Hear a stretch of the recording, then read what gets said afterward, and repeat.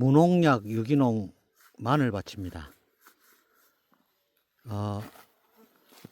토양살충살균도 화학농약으로 하지 아니하고 석회, 유황, 님케이크 뭐 이런 걸로 한 거고요. 씨는 도야 마늘로 심었습니다. 그 마늘 주화 씨 있죠. 씨에서 씨를 이제 추출해 가지고 말려 가지고 1년을 심어 가지고 1년 지나면 도야 마늘이 됩니다. 통마늘 1개짜리. 그걸 심은 겁니다. 그러니까 씨 만드는데 1년, 도야 마늘 만드는데 또 1년. 그 다음에 또 키우면 요 마늘이 되는 거죠. 대공이 좀 굵고 괜찮죠. 그런데 이제 이거는 좀 큰 거 심은 거고, 이건 요거보다 작은 거거든요. 가면 갈수록 작은 거 심었습니다. 그러니까 요거는 좀 작습니다. 그래도 많이 두꺼워졌어요. 이게 그 홍산 마늘이 여기 대공이 좀 작아도 알은 굵더라고요. 근데 이제 지금 이거 기록용인데요. 지금 5월 22일입니다. 지금쯤 도야 마늘 심었을 때 어떻게 되는지 기록용입니다. 제가 주로 봅니다. 이제 농업일지 대용이기 때문에 농업일지 잘 안 보더라고요. 또 쓰기도 어렵고 일하다가 지쳐가지고 그냥 잠들어 버리고 이런 경우가 많기 때문에 좀 그렇습니다. 키는요, 저 페트병에 그 말뚝 있죠, 고추대. 고추대가 1m 50짜리인데 이제 밑에 들어간 게 있으니까 한 1m 한 2, 30 정도 되겠죠. 근데 이제 거의 육박하고 있는데 작년 같은 경우에는 저 페트병 꼭대기까지 다다르고 막 그랬는데 올해는 조금 작기도 하고요. 그리고 잎 색깔이 별로 마음에 안 듭니다. 안에 알은 지금 괜찮은 것 같은데요. 보면 깊이 심으라니까 제법 크네.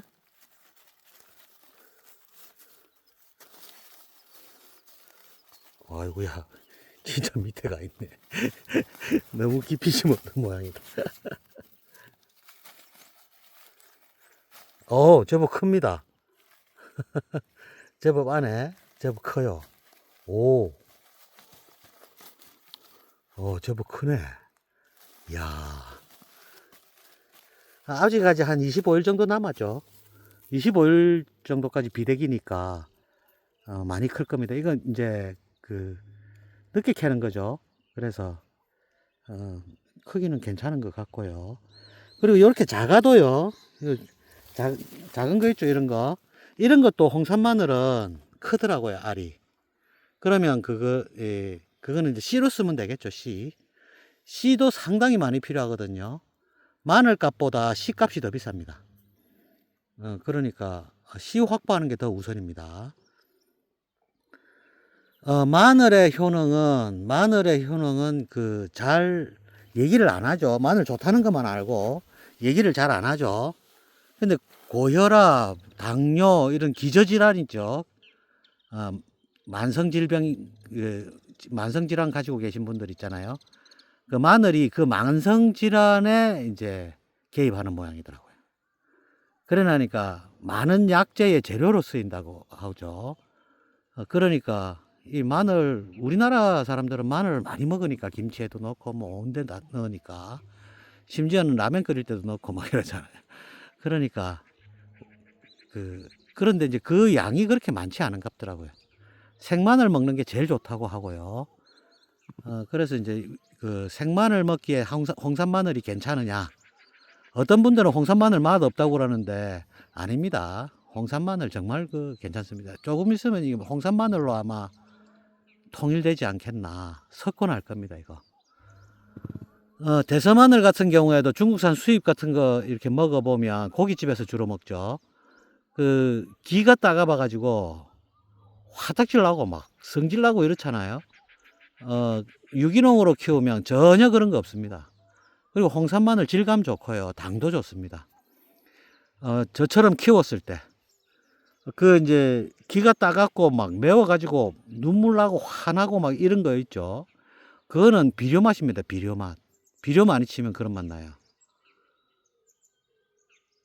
특히 농약도 많이 치고 또 제초제까지 치잖아요. 우리 풀약이라고 그러더라고. 제초제입니다. 비닐 덮기 전에 제초제 쭉 치고 딱 덮거든요. 왜냐하면 요 구멍에서 나는 풀도 감당 못 합니다. 요 구멍에서 한 개씩 나죠. 이 지금 다 뽑아서 한 개씩 있는 것이지 엄청나게 납니다. 그러니까 이제 그런 걸 칠 수밖에 없는 거죠. 근데 그런 거 안 치면 저처럼 이제 유기농으로 키워 먹으면 생마늘 먹기 정말 좋습니다. 그리고 숙성을 시키면 이게 그 음식의 풍미를 더합니다. 김치 담그시는 분들이 숙성됐을 때 홍산 마늘 쓰면 숙성됐을 때 정말 괜찮다 하더라고요. 이제 이 육종 마늘하고 그 대서 마늘하고 막 이렇게 장점만 뽑아서 우리나라에서 만든 거기 때문에 아마 제가 볼 때는 이게 석권하지 않겠나. 그리고 이제 무농약 무비료는 그 무농약으로는 키우기 불가능하다라고 이야기하고요. 비료를 안 치면 이게 비대가 안 되죠. 그러니까 저처럼 유기농으로 키우면 크게 키울 수 없다. 그리고 이 곰팡이병에 약하거든요. 그럼 곰팡이병, 고자리파리, 뿌리파리, 응애 뭐 이 버글버글 하거든요, 땅 속에. 그래서 농업기술원에서도 화학농약이나 그런 게 없으면 이걸 키울 수가 없다라고 이야기하는데 저는 계속 무농약으로 키워 먹고 있거든요. 무농약으로 하시는 분들 많으시죠? 예, 그렇게 하시면 정말 이게 대단한 명약입니다, 이게. 음식이 약입니다. 관절 있죠. 다리 관절에, 무릎 관절에 이렇게 부푸는 거 있죠. 그래가지고 인공 관절 수술하고 막 그러잖아요. 그것도 이 작물을 잘 먹으면 낫습니다. 그것도 염증이기 때문에 상추만 잘 먹어도 이게 치료가 됩니다.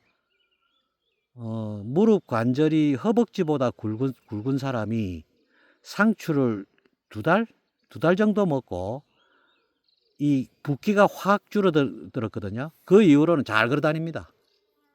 쪼그러뛰기도 하고 밭일도 하고 그럽니다. 상추도 염증에 상당히 좋다는 느낌입니다. 왜냐하면 맨날 상추만 싸먹거든요. 상추를 워낙 좋아해가지고. 그러니까 이 한 아름 되는 그 바구니 있죠. 거기 한 바구니 해갖고 두 사람이 다 먹거든, 한 끼에. 고추 같은 것도 한 끼에 한 30개, 40개씩 한 끼에 한 명이 그렇게 먹거든요. 그러니까 무릎에 붓기가 쑥 빠져버리더라고.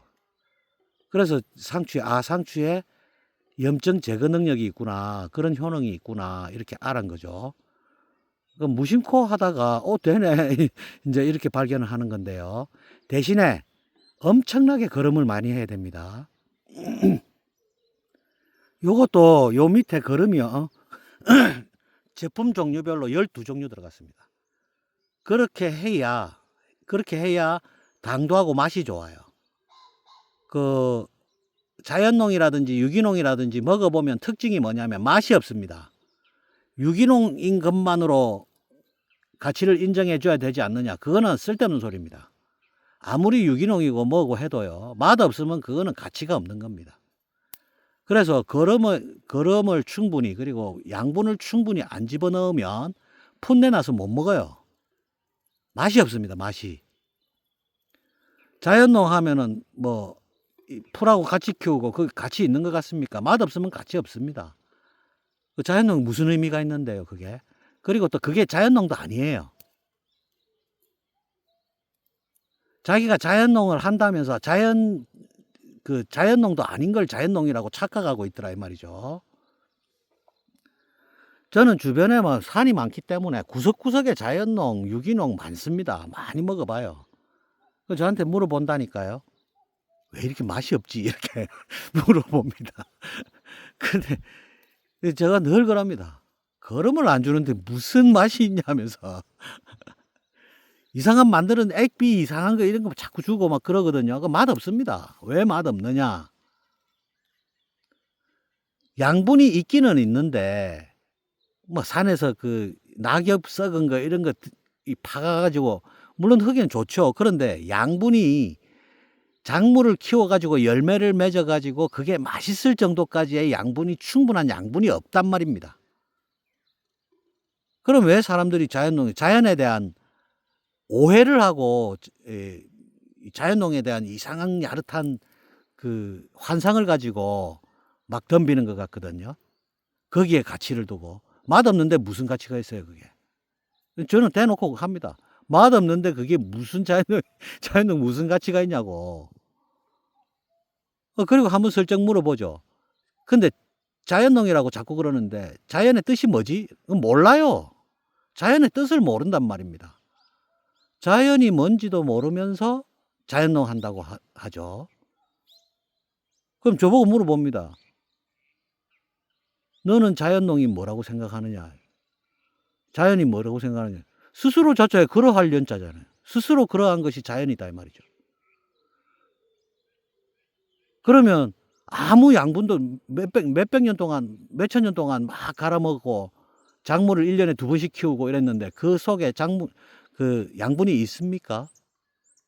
그러면 어떻게 돼야 자연이냐? 스스로 화산 활동이라든지 그 침식 작용이라든지 이런 걸 통해 가지고 예를 들어서 옛날에 바다였던 곳이 융기를 한단 말이죠.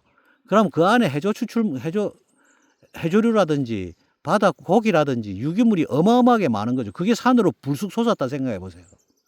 그 밑에 유기물이 어마어마하게 많은 거죠. 그거는 자연이 스스로 인간이 손댄 게 아니잖아요.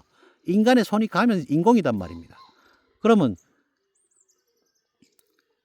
자연이 스스로 화산 폭발을 한다든지 이래 가지고 산으로 융기해 가지고 거기에서 만약에 어떤 나무가 생겼다. 그러면 밑에 양분이 충분하기 때문에 과일나무가 과일을 맺어도 과일을 스스로 안 뺏기기 위해서 과일 코팅까지 다 한단 말입니다. 벌레한테 안 먹히기 위해서. 그런 양분이 밑에 다 있단 말이죠. 그게 자연이죠.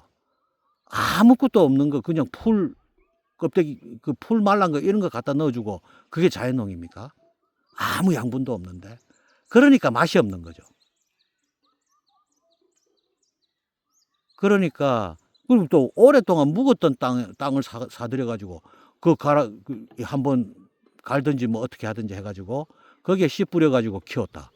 맛없습니다. 그러니까 그런 저한테 그런 인제 질문을 많이 하시거든요. 저한테 그럼 저는 자연농 아닙니다.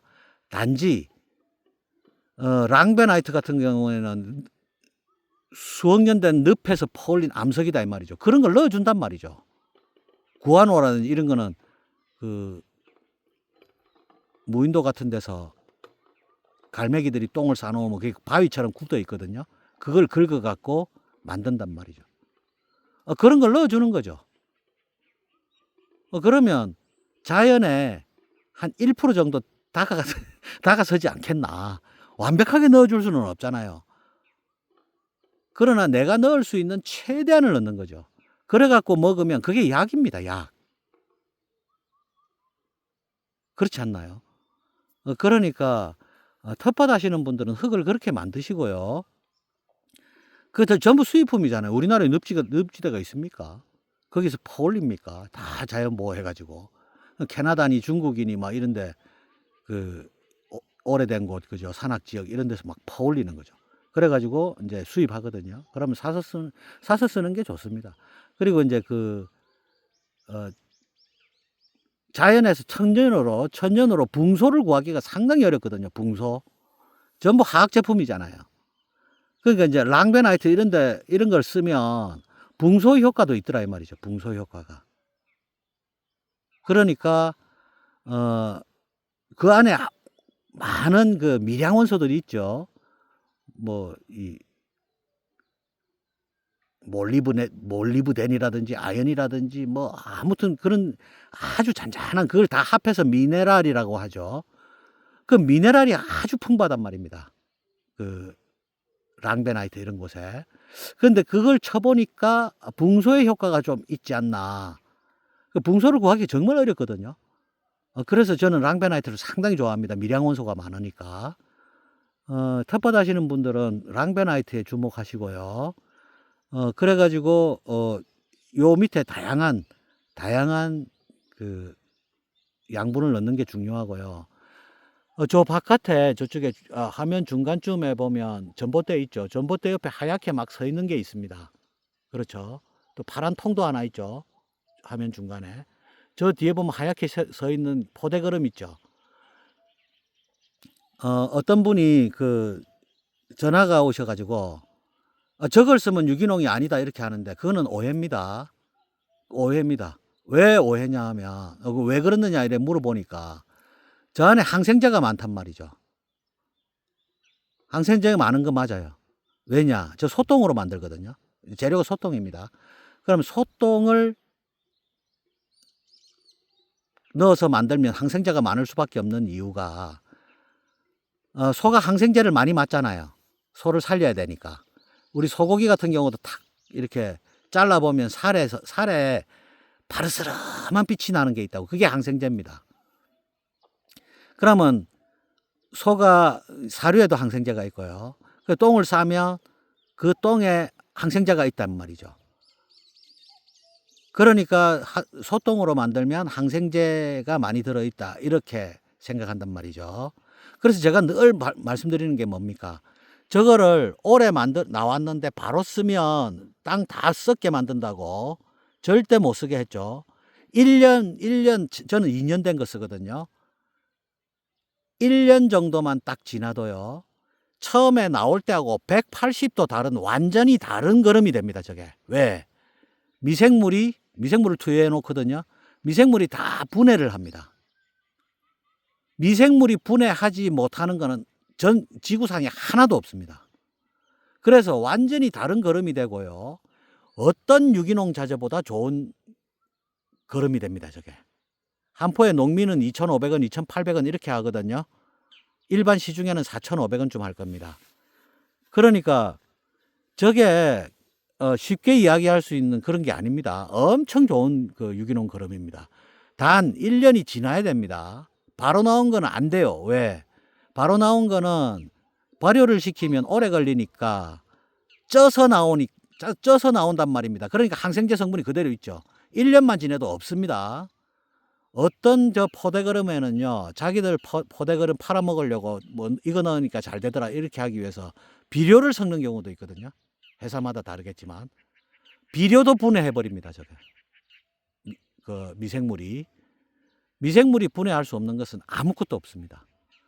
그러니까 그런 생각은 안 하시면 좋고요. 단순하게 생각하면 소똥에 항생제 있으니까 저 그걸로 만들었으니까 항생제 있겠지. 아닙니다.